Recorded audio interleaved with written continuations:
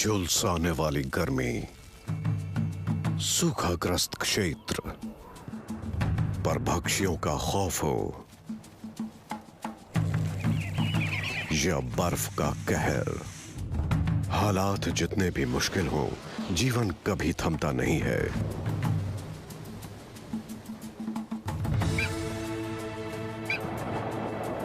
आसमान छूते पहाड़ों पर, समंदर की गहराइयों में या इनके दरमियान,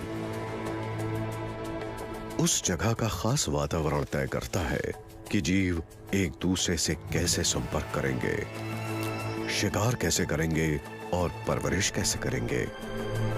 कुछ मीटर का फासला जीने मरने का फैसला कर सकता है।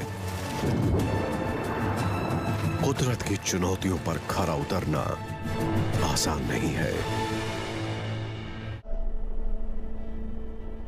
उत्तरी चिली का अटाकामा रेगिस्तान, इस दूर दराज के अजीब से इलाके को देखकर लगता है मानो हम किसी और ग्रह पर हों।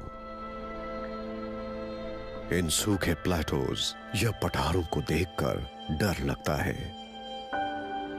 जब पहली बार हम इस तपते रेगिस्तान और यहां के खारे पानी की झीलों को देखते हैं तो यह मानना मुश्किल हो जाता है कि यहां भी जीवन हो सकता है।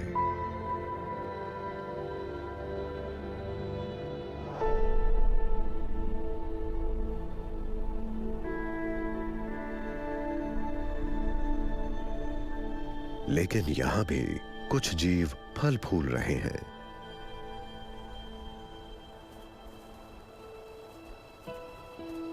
इस चुनौती भरे इलाके में कैसे जिया जाता है, विकोनियास ये भली भांति जानते हैं।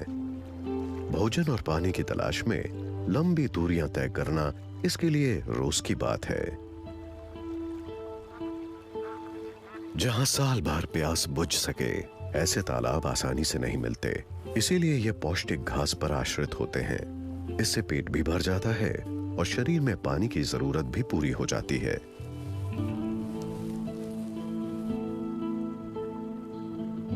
यहाँ पानी बहुत कम है और ज्यादातर ये खारा होता है, लेकिन इसमें माइक्रो ऑर्गेनिजम्स पनप सकते हैं। नमकीन पानी को छानने के बाद इन फ्लेमिंगोस की चोंच में ये स्वादिष्ट माइक्रो ऑर्गेनिजम्स रह जाते हैं, जिन्हें ये बड़े चाव से खाती हैं।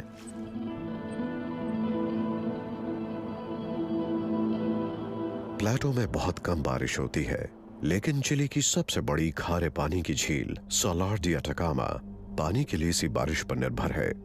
लेकिन तेज धूप की वजह से यह पानी भी ज्यादा दिन नहीं टिकता। झील का पानी मिट्टी में से खनिजों को सोखकर जल्दी ही उड़ जाता है। सिर्फ अवशेषों की पपड़ी और खारे पानी के कुछ तालाब बचते हैं। नीचे खारे तालाब, ऊपर बादलों से घिरे ज्वालामुखियों का सिलसिला। लेकिन इन बादलों से पानी कम ही बरसता है। यहां अटाकामा में सूखे का राज है।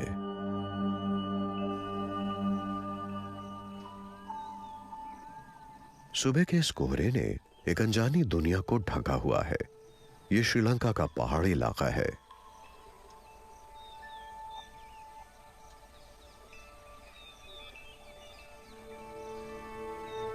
इस देश के बहुत सारे नायाब जीव जंतु इन खूबसूरत पहाड़ियों में बसे हुए हैं।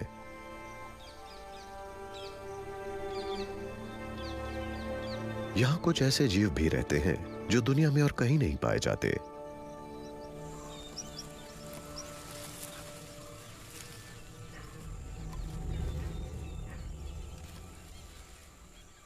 पेड़ के सबसे ऊपरी हिस्से में पर्पल फेस लंगूर पाए जाते हैं।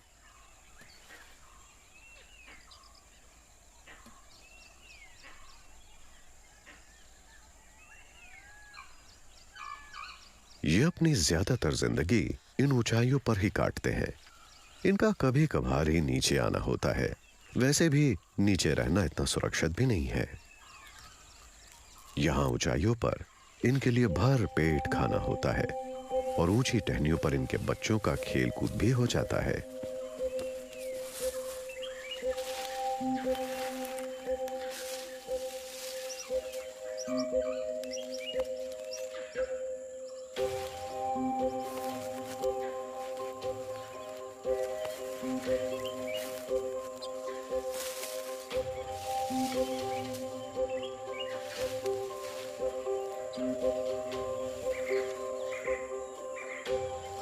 जो बच्चे अभी अभी कूदना सीखे हैं, वो अपने से बड़ों को इम्प्रेस करने की कोशिश करते हैं। ये पेड़ पर बहुत जबरदस्त फुर्ती के साथ ऊपर चढ़ते हैं। ये किसी मंझे हुए एक्रोबैट से कम नहीं होते।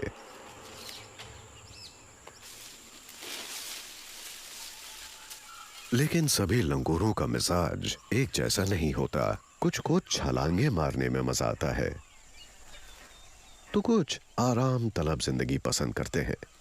ऐसे लंगूर अपनी तन्हाई में किसी को दखल अंदाजी नहीं करने देते।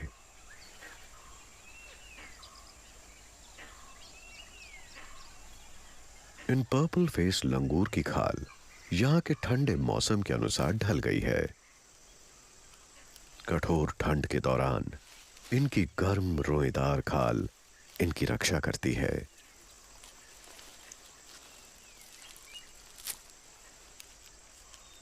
यहाँ पेड़ों की ऊंचाइयों पर रसीले पत्तों की कोई कमी नहीं है। जहां भी हाथ बढ़ाओ मिल जाएंगे। लेकिन ये लंगूर वो खाना चाहते हैं जो इन पत्तों से भी ज्यादा स्वादिष्ट हो।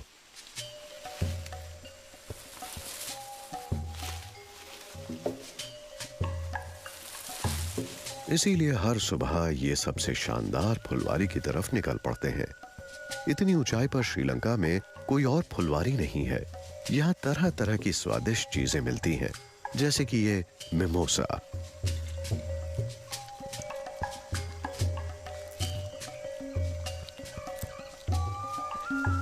लेकिन जंगल में चैन से कौन खाने देता है।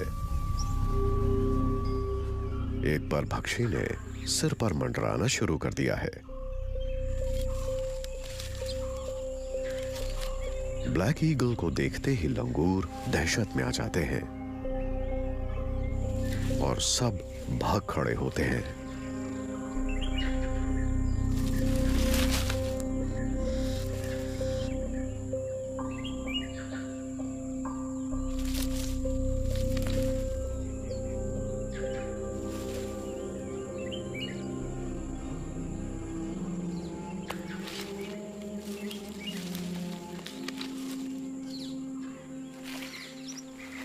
ईगल भी भूखे पेट चली जाती है।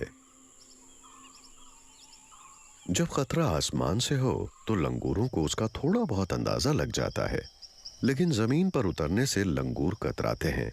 नीचे पता ही नहीं लगता कौन घात लगाए बैठा हो। जैसे कि ये इंडियन रॉक पाइथन। ये विशाल अजगर अपने शरीर को लगभग 5 मीटर तक फैला सकता है। शिकार को घेर कर कैसे कसते हैं, कोई इससे सीखे। इस मादा की बात अलग है। ये हफ्तों से अपने घोंसले पर कुंडली मारकर अपने अंडे से रही है, उनकी रक्षा कर रही है। जैसे ही अंडों की गंध से इसे पता चलता है कि बच्चे अंडे फोड़कर बाहर आने वाले हैं, भूखी मादा यहां से निकलने की तैयारी शुरू कर देती है। इसने हफ्तों से कुछ नहीं खाया है। इसे डर है कहीं तेज भूख की वजह से ये अपने बच्चों को ही ना खा ले।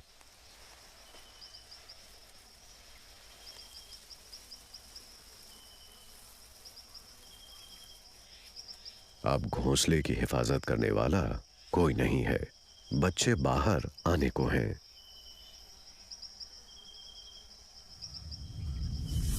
अंडों के अंदर नन्हे अजगर बाहर आने की कोशिश में जुट चुके हैं।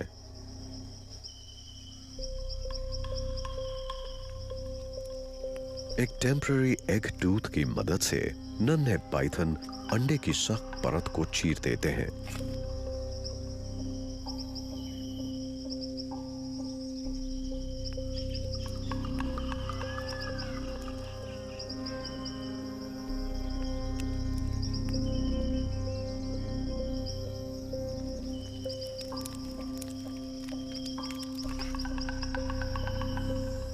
और फिर सूंघ कर बाहरी दुनिया का अंदाजा लगाते हैं।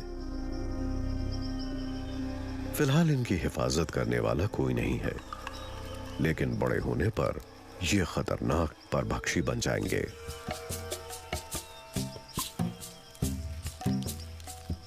अकेले रहने की इनकी आदत है। बचपन में ही इनमें आपसी टकराव शुरू हो जाते हैं। हर अजगर अपना खुद का इलाका चाहता है।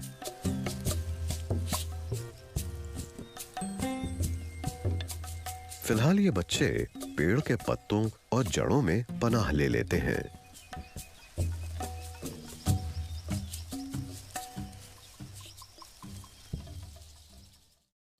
पर पक्षियों से छिपे रहना बेहद जरूरी है।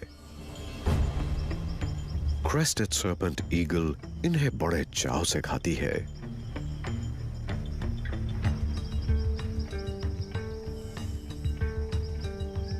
ऐसा नाश्ता भला रोज रोज कहां मिलता है।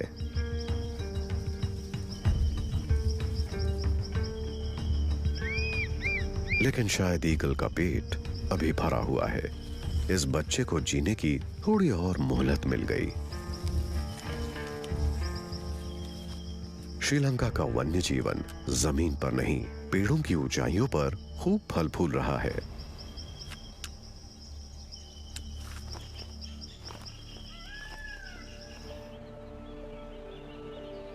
लेकिन साउथ अमेरिका की इन हजारों मीटर ऊंची खड़ी चट्टानों में फलना फूलना हर एक के बस की बात नहीं।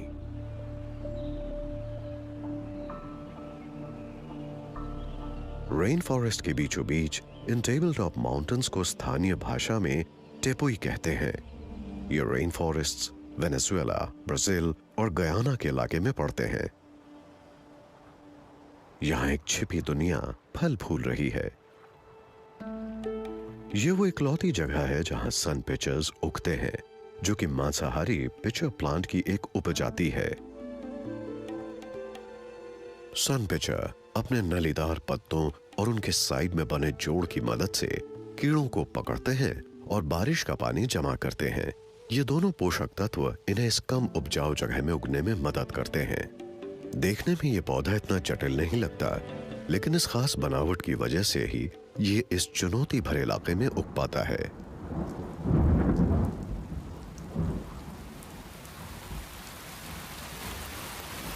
टेपुई की खड़ी चट्टानों से रेन फॉरेस्ट की नमी ऊपर पहुंच जाती है, फिर मूसलाधार बारिश होती है।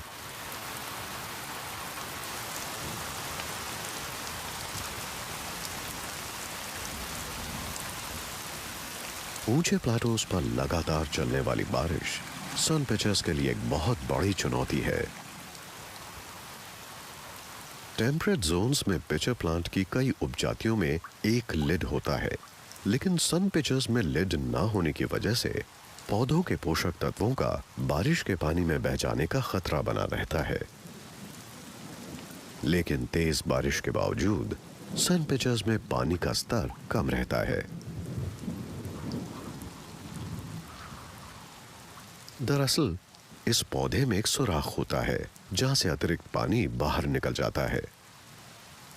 पत्ते में जोड़ की वजह से पानी सुरक्षित तरीके से पौधे के नीचे तक पहुंच जाता है और पानी का स्तर बना रहता है। सन पिचर का यह शानदार एडेप्टेशन और कम से कम पोषक तत्वों में पनपने की इसकी काबिलियत इसे टेपुई के कठोर वातावरण में भी फलने फूलने देती है।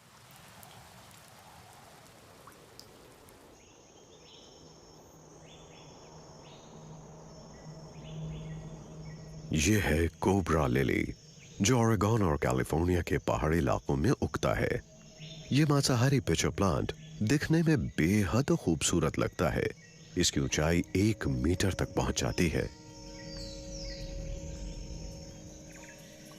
इसके जाल का मुंह इसके गुंबद जैसे हुड के नीचे होता है, जिसमें बहुत सारी ट्रांसल्यूसेंट खिड़कियों जैसी बनावट होती है।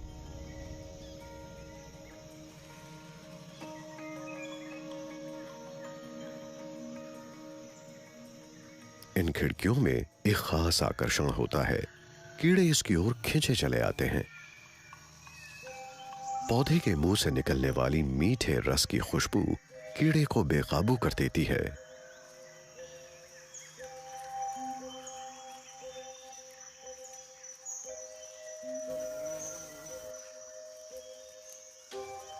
लेकिन जैसे ही बेकाबू कीड़ा पौधे की नली में दाखिल होता है, वो जाल में फंस जाता है।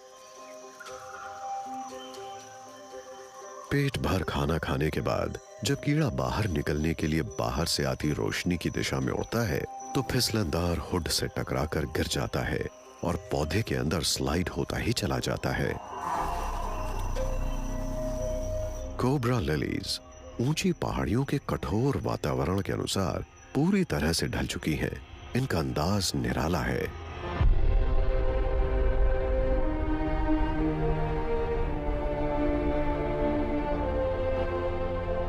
यूरोप के बीचों बीच यह है आल्प्स।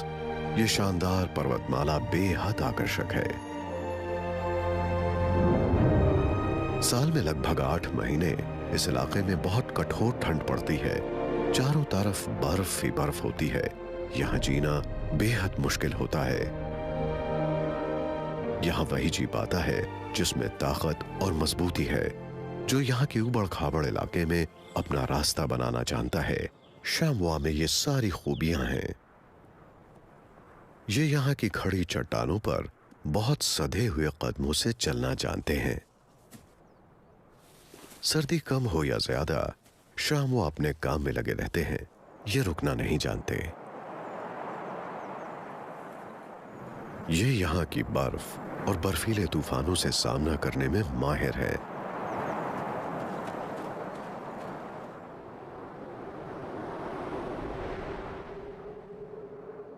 लेकिन मीटिंग सीजन के दौरान इनकी भावनाएं कुछ ज्यादा ही तीव्र हो जाती हैं। मेल्स एक दूसरे के साथ मुकाबला करते हैं, जोर आजमाइश करते हैं, खतरनाक ढलानों में एक दूसरे का पीछा करते हैं।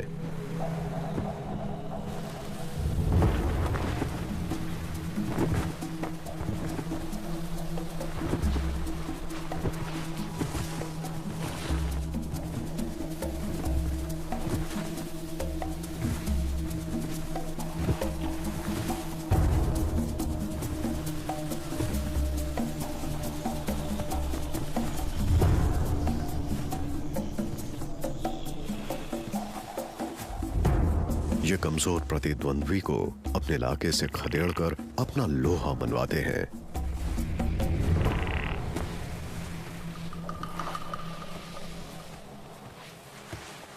खतरनाक ढलानों से शामवा कभी नहीं घबराते।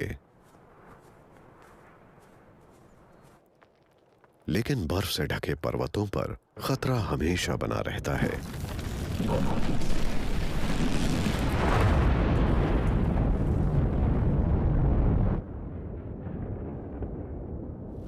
कुदरत का कहर कभी भी टूट सकता है।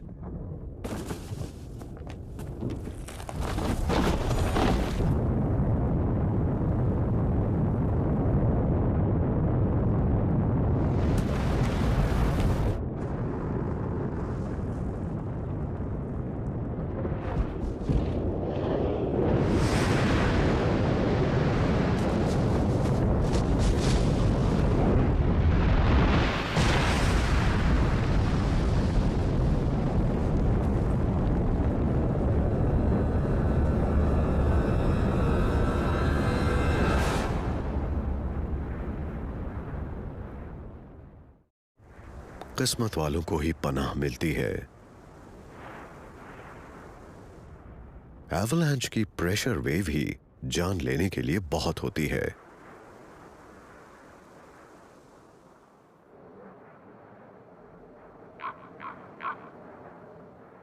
एवलांचेस जान लेते हैं, लेकिन बहुतों को जीवन दान भी देते हैं।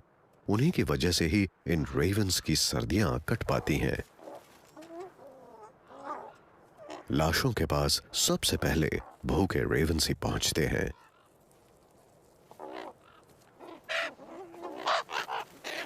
और तभी कुछ जीव रेवंस पर नजर रखते हैं ताकि उन्हें भी भोजन मिल सके।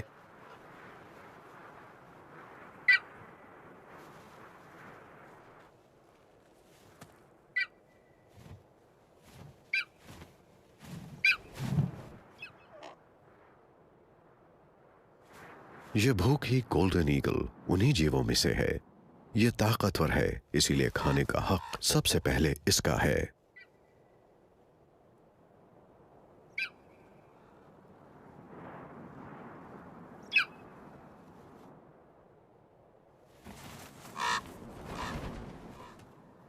कमजोर रेवंस इससे टकराने का दम नहीं रखते।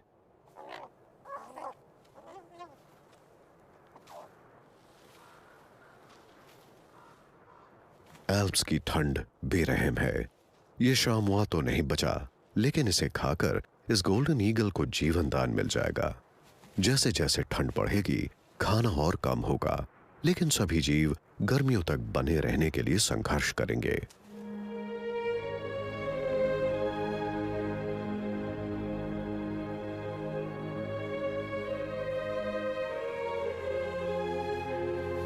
वसंत ने दस्तक दी है। बर्फ पिघलने से मैदान फिर से नजर आने शुरू हो गए हैं, लेकिन एवलांचेस का कहर भी बढ़ गया है।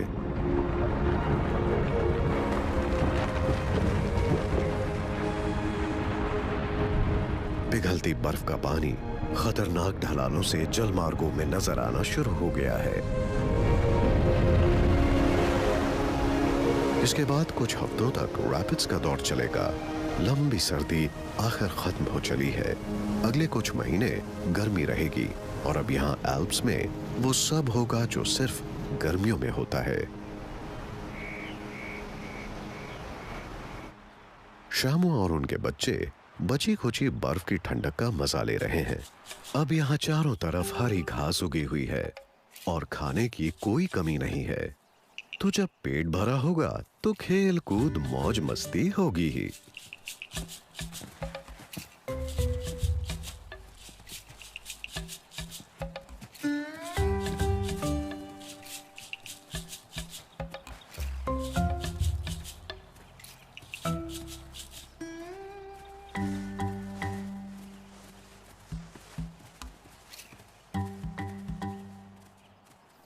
शामुआस को पहाड़ों में भागना बहुत अच्छा लगता है।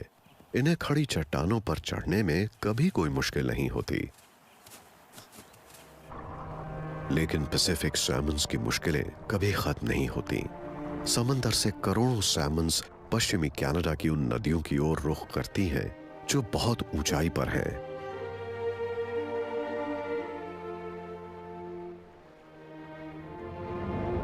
ये सैमन्स इन नदियों के उसी स्थान पर पहुंचती हैं जहां वो पैदा हुई थीं और वहां पहुंचकर वो अंडे देती हैं। सूंघने की अनोखी शक्ति से वो अपनी मंजिल तक पहुंच जाती हैं।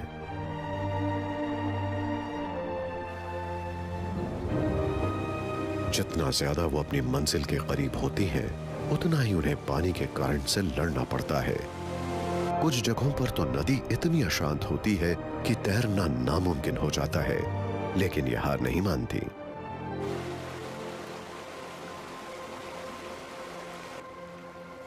आगे बढ़ने के लिए मछली पानी को ही छोड़ देती है।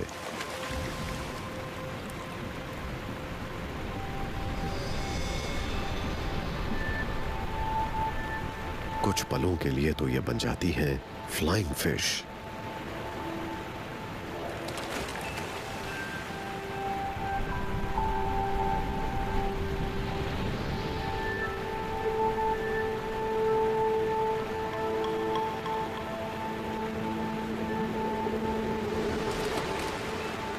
पानी के करंट से जीतने के लिए सैमन को अलग अलग लेवल्स पर बार बार फ्लाइंग फिश बनना पड़ता है।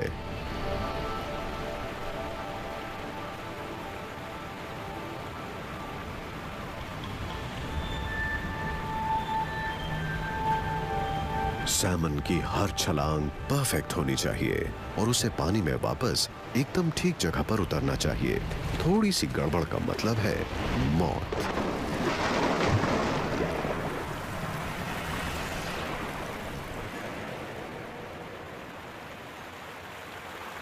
अंडे देने के स्थान तक पहुंचने के लिए सैमन को तेज करंट्स, चट्टानें और रैपिड्स को पार करना पड़ता है। इन्हें अपनी इंस्टिंक्ट से ताकत मिलती है और ये आगे बढ़ती जाती हैं।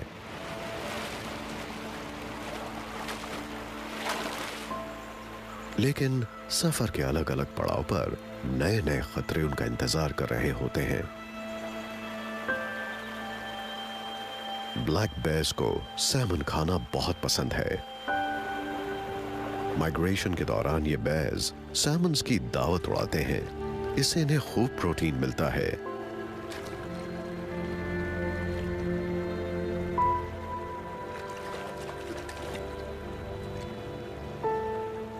फिलहाल इन सैमन्स में खूब जान है।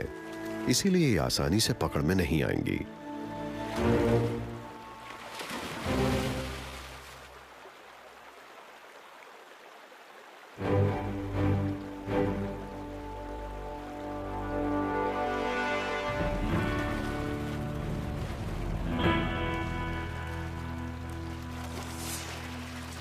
लेकिन ये बेस भी इतनी आसानी से हार मानने वाले नहीं हैं।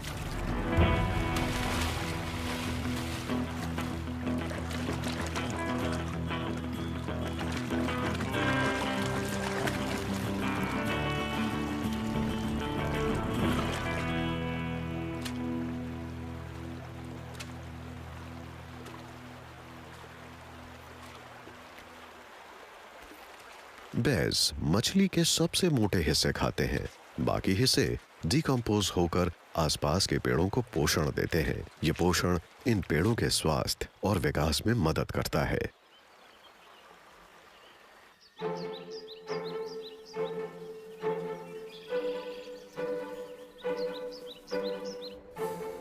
यह अलग बात है कि माइग्रेशन के दौरान सैमन की वजह से कुछ पौधों और जीवों को पोषक तत्व मिलते हैं, लेकिन सैमन्स का एक ही उद्देश्य होता है और वो है अंडे देने की जगह तक पहुंचना।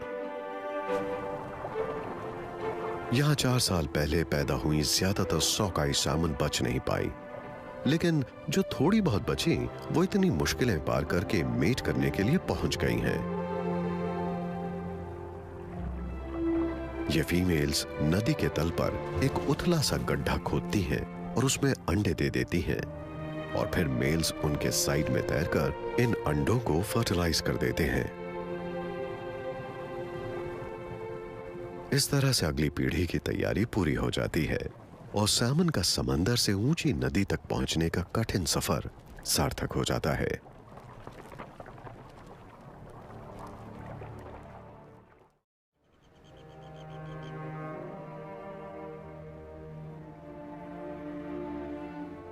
वेस्टर्न कनाडा की ठंडी नदियों से बहुत दूर एक ट्रॉपिकल आइलैंड नेशन है पलाउ। इसके एक टापू के बीचों बीच एक अनोखी समुद्री झील है जिसकी बनावट आइस एज के दौरान हुई थी। इस झील में बहुत कम जीव जंतु हैं जो बहुत अलग तरह से विकसित हुए। इस झील का नाम इसमें रहने वाली जेलीफिश पर रखा गया।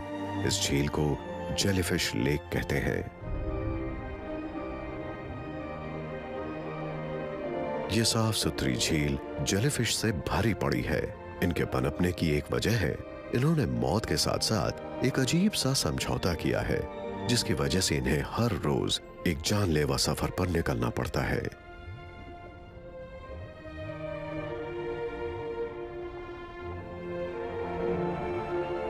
इन्होंने अपने शरीर में अनगिनत नन्हे रूममेट्स को पनाह दी है।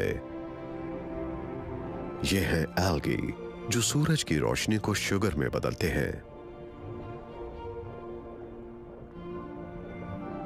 और इस शुगर से जेलीफिश को पोषण मिलता है। बदले में जेलीफिश एल्गी का ध्यान रखती है। जेलीफिश सूरज की तरफ तैरती है।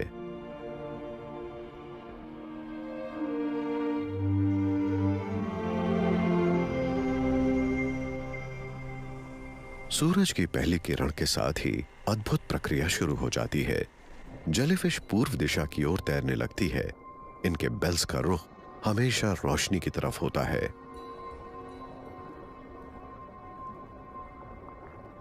जेलीफिश बेरंग होती हैं। इन्हें एल्गी से उनका रंग मिलता है। ये करोड़ों की संख्या में झील की सतह पर धीमे धीमे बढ़ते हुए नजर आती हैं। झील के किनारों पर पेड़ पौधों की छाया की वजह से गुप्त अंधेरा छाया रहता है।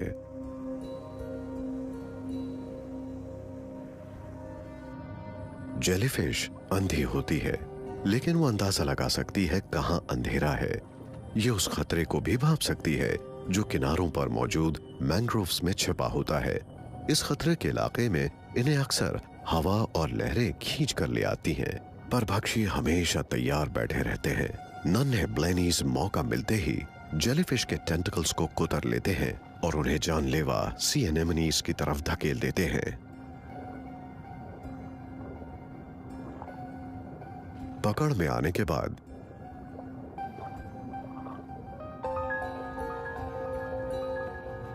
जेलीफिश को हर तरफ से हमला झेलना पड़ता है।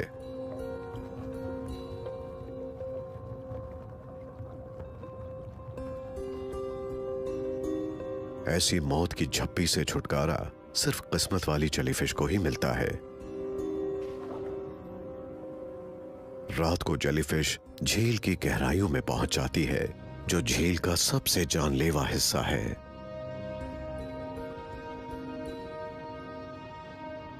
जेलीफिश और उसके भीतर रहने वाले अनगिनत एल्गी इस ऑक्सीजन फ्री लेयर में पहुंचते हैं, जहां मरे हुए ऑर्गेनिजम्स की लाशें सड़ रही होती हैं। इस गहराई में एल्गी के लिए तो शानदार पोषक तत्व होते हैं, लेकिन यह टॉक्सिक लेयर जेलीफिश के लिए जानलेवा साबित हो सकती है।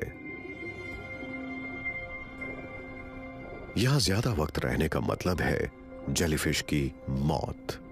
इसीलिए जैसे ही एल्गी को पर्याप्त पोषण मिल जाता है, जेलीफिश ऊपर की ओर बढ़ना शुरू कर देती है। जेलीफिश ऊपर सतह पर पहुंचती है, जहां सूरज की पहली किरणें उसके स्वागत का इंतजार कर रही होती हैं।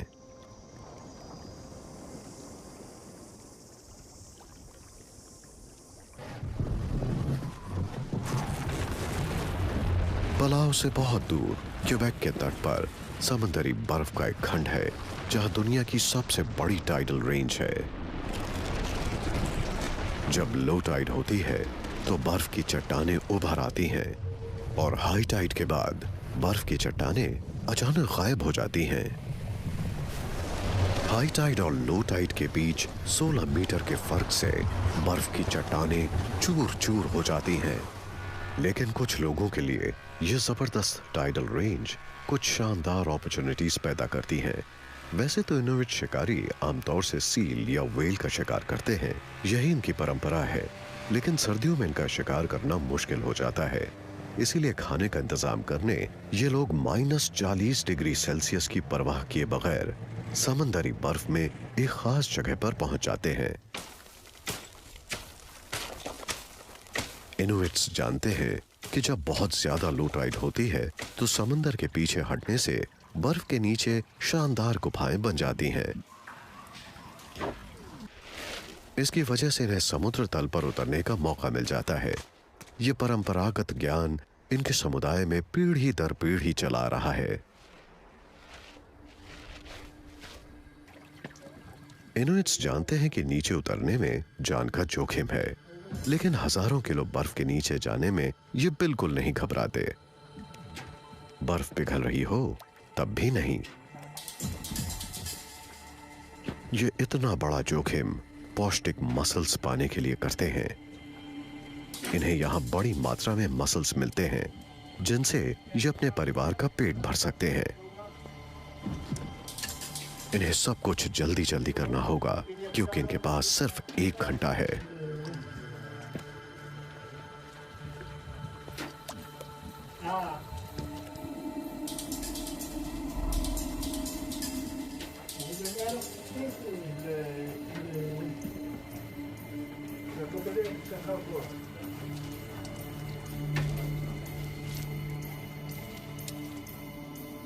टाइड वापस आनी शुरू हो गई है। समंदरी बर्फ हिलनी शुरू हो गई।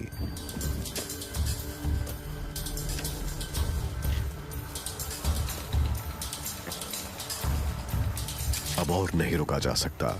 अगर गुफा में पानी भर गया फिर ये नहीं लौट सकते।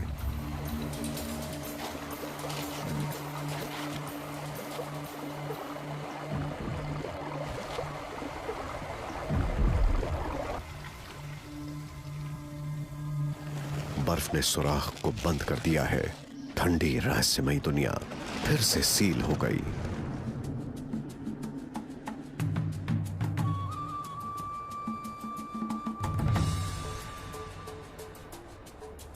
इन रेगिस्तानी पहाड़ों के बीचों बीच कैनियंस हैं, और इन पहाड़ों के पीछे एक मशहूर झील। यह है डेड सी। एक टेक्टोनिक शिफ्ट से इस झील की बनावट हुई। इस झील का कोई मुहाना नहीं है। यह सी लेवल से 428 मीटर नीचे है। इतनी नीचे कोई और झील नहीं है। भयंकर गर्मी और सूखे की वजह से सॉल्ट आइलैंड्स बन जाते हैं और इवेपोरेशन से अजीब गरीब बनावटें शक्ल ले लेती हैं।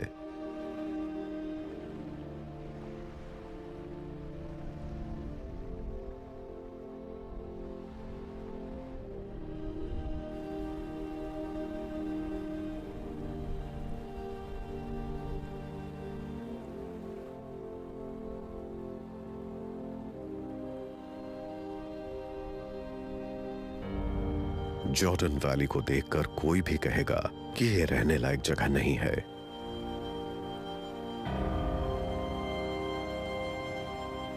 लेकिन यह इलाका माइग्रेटरी बर्ड्स के ट्रांजिट रूट में पड़ता है।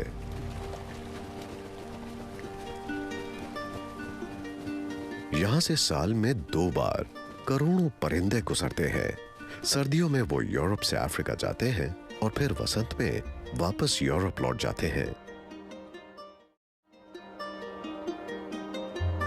इन परिंदों में यूरोपियन व्हाइट स्टॉक भी शामिल है।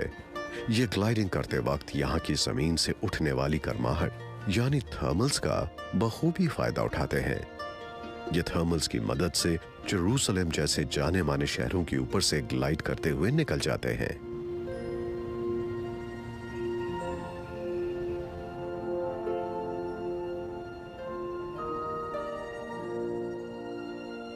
इसके अलावा ये बड़े मैदानों और हरे भरे खेतों के ऊपर से तेजी से गुजर जाते हैं।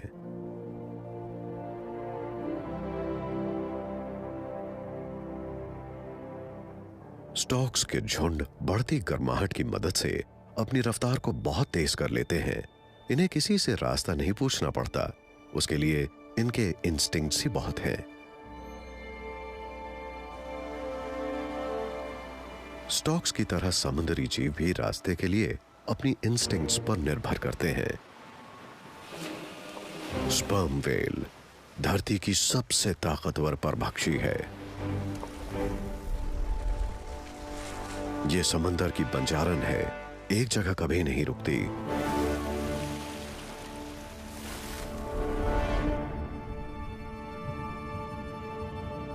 स्पर्म व्हेल समंदर की गहराइयों में शिकार करती है। वो इलाका इतना नीचे है कि वहां सूरज की किरणें तक नहीं पहुंचती।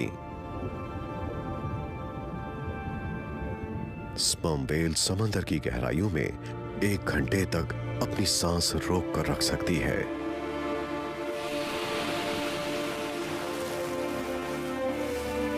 वापस नीचे जाने से पहले ये अपना वेस्ट एलिमिनेट करके समंदर को फर्टिलाइज करती है। समंदर की गहराइयों में जिन अंगों की आवश्यकता नहीं पड़ती वो काम करना बंद कर देते हैं, जैसे कि डाइजेस्टिव सिस्टम। इससे इनकी ऊर्जा बचती है।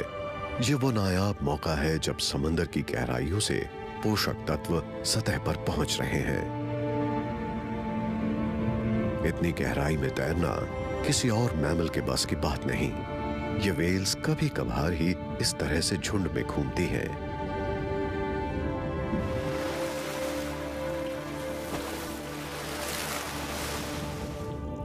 जब ये लगभग 2 किलोमीटर नीचे होती हैं, ये कई बार जायंट स्क्विड का शिकार करती हैं। ये इन्हें बहुत चाव से खाती हैं।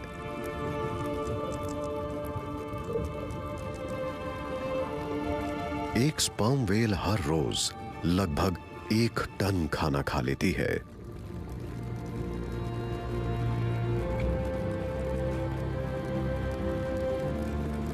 वैज्ञानिकों का मानना है कि ये बहुत तेज आवाज निकालते हैं, जिससे इनका शिकार सुध बुध खो बैठता है।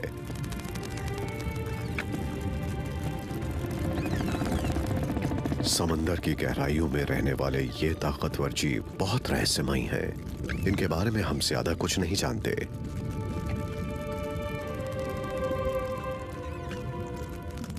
डीप सी एक्सप्लोरेशन एक चुनौती है।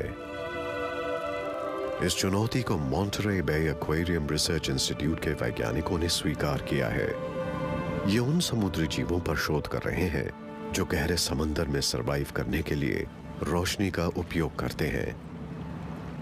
कुछ वक्त पहले तक समंदर की गहराइयों में रहने वाले ल्यूमिनस या बायोल्यूमिनेसेंट जीवों के जिंदा नमूने जमा करना नामुमकिन था, लेकिन एक remote controlled under water robot ने सब कुछ बदल दिया है। अब शोधकर्ता समंदर की गहराइयां छान सकते हैं। वो पता लगा सकते हैं कि समंदर में इतने सारे जीव रोशनी का उपयोग क्यों करते हैं।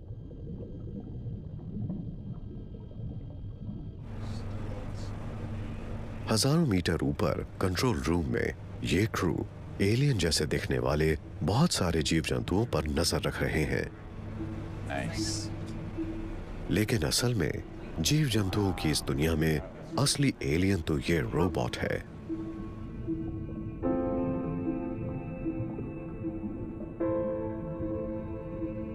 स्पॉटलाइट की मदद से ये नायाब जीव जाहिर हो जाते हैं। रोबोट के कैमरे बेहद सेंसिटिव हैं, लेकिन इनसे सब कुछ नहीं देखा जा सकता।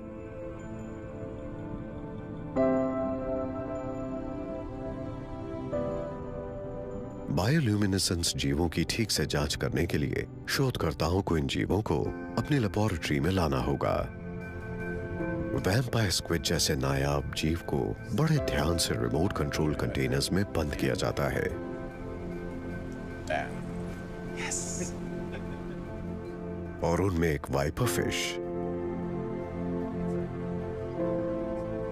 Perfect. और एक ड्रैगन फिश भी शामिल है। इनके नाम सुनने में किसी सी मॉन्स्टर जैसे लगते हैं। ड्रैगन फिश तो दिखती भी वैसी ही है। बहुत कम लोगों ने किसी जिंदा ड्रैगन फिश को अपनी आंखों से देखा है।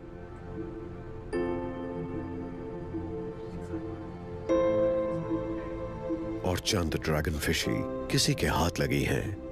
Yes! Yay! Keep up and down the God.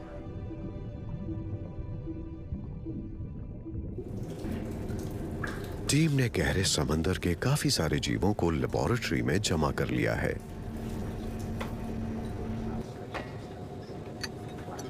समंदर और यहाँ के प्रेशर में बहुत फर्क है।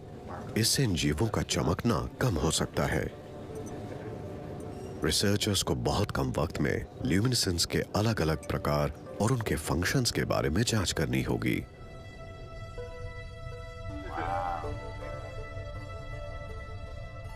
कुछ प्रजातियों में रोशनी एक तरह का डिफेंस है। जैसे कि अटोला जेलीफिश के रोटेटिंग फ्लैशेस।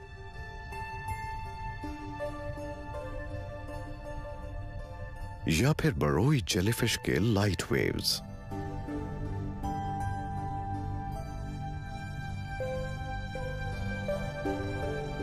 मकसद चाहे कुछ भी हो, लेकिन रोशनी बेहद शानदार है। इस तरह ढलकर इनकी चकाचौंध से कोई भी जीव सम्मोहित हो सकता है। बैरोलाइव फिश की विचित्र आंखें ऊपर की ओर घूर रही हैं।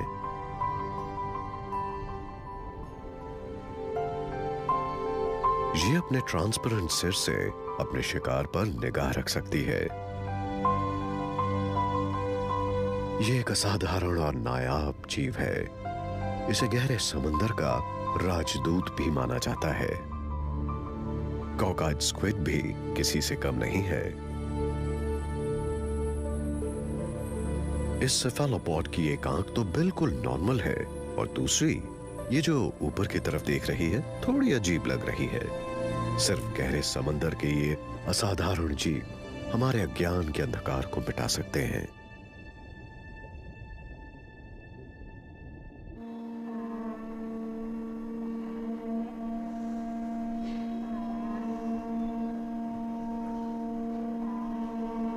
धरती की ऊंचाइयों पर एक पहाड़ी इलाका है जहां दिन अभी शुरू ही हुआ है। संगीत की गूंज से आसपास के लोगों को प्रार्थना के लिए बुलाया जा रहा है। यहां लोग आध्यात्म और एडवेंचर के लिए आते हैं। इसे दुनिया की छत कहते हैं। यहां पर धरती की सबसे शानदार चोटियां हैं। हर साल यहां से अनेकों पर्वतारोहण अभियानों का आयोजन होता है। सभी पर्वतारोहियों का एक ही सपना होता है, विश्व की सबसे ऊंची चोटी माउंट एवरेस्ट को फतह करना। यक के कारवां और सैकड़ों शेरपा एवरेस्ट के बेस कैंप पर पहुंचते हैं और इन पर्वतारोहण अभियानों का हिस्सा बनते हैं। अलग अलग दलों के अपने अपने लक्ष्य हैं। अभियान का एक दल समुद्र तल से 5,300 से 6,400 मीटर तक पर्वतारोहण करेगा। जो भी पर्वत की चोटी छूने की इच्छा रखता है उसे यहाँ के कठोर वातावरण से एक्लिमेटाइज होना पड़ता है। खराब मौसम या अधिकारियों की इजाजत ना मिलने से अभियान दलों को हफ्तों तक यहीं एडवांस्ड बेस कैंप्स में रहना पड़ता है। इस तनावपूर्ण स्थिति से हर क्लाइंबर अपने अंदाज में जूझता है। एक बार क्लाइंबर को आगे बढ़ने की इजाजत मिल जाती है तो वो नॉर्थ कॉल की ओर बढ़ना शुरू कर देता है, जो 7,000 मीटर की ऊंचाई पर है।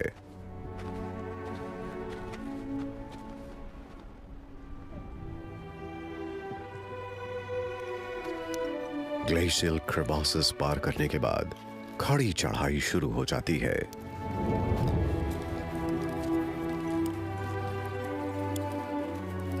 स्थानीय शेरपा बहुत शानदार माउंटेनियर्स होते हैं। ये जिसे असिस्ट कर रहे होते हैं उसकी काबिलियत और रफ्तार के हिसाब से उसकी मदद करते हैं। वक्त बचाने के लिए सीढ़ियों की भी मदद ली जाती है।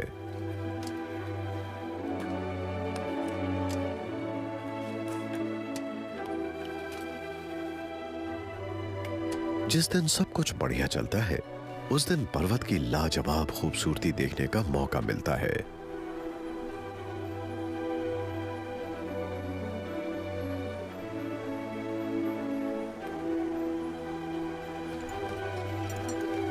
नॉर्थ कॉल पहुंचने के बाद आराम करने का सोच भी नहीं सकते, क्योंकि इस ऊंचाई पर मौसम पलक झपकते ही बदल सकता है। टेंट लगाने के लिए सही जगह मिलना भी आसान नहीं होता।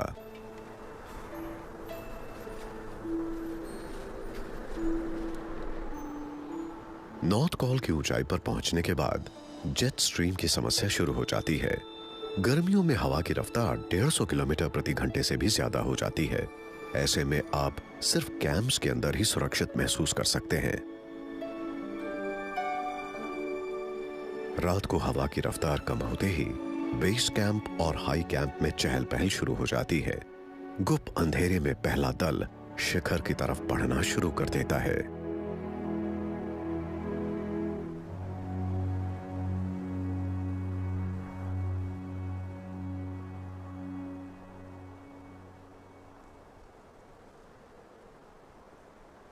हर दल के लिए अलग टाइमिंग होती है। कुछ दल हाई कैंप्स में बने रहकर मौसम अधिकारियों से अच्छे मौसम की खबर मिलने का इंतजार करते हैं और बाकियों के लिए फैसला लिया जा चुका है। हाई कैंप्स में दलों का लगातार आना जाना लगा रहता है। अच्छे मौसम की वजह से जिस ग्रुप को शिखर की तरफ बढ़ने का मौका मिला था उन्हें बीच में ही लौटना पड़ा।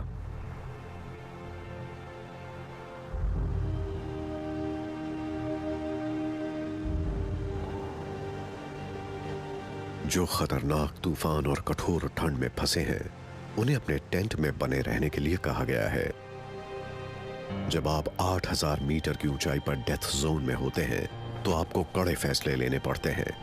शिखर की तरफ हर कदम आपके फिजिकल और मेंटल स्टैमिना का इम्तिहान होता है।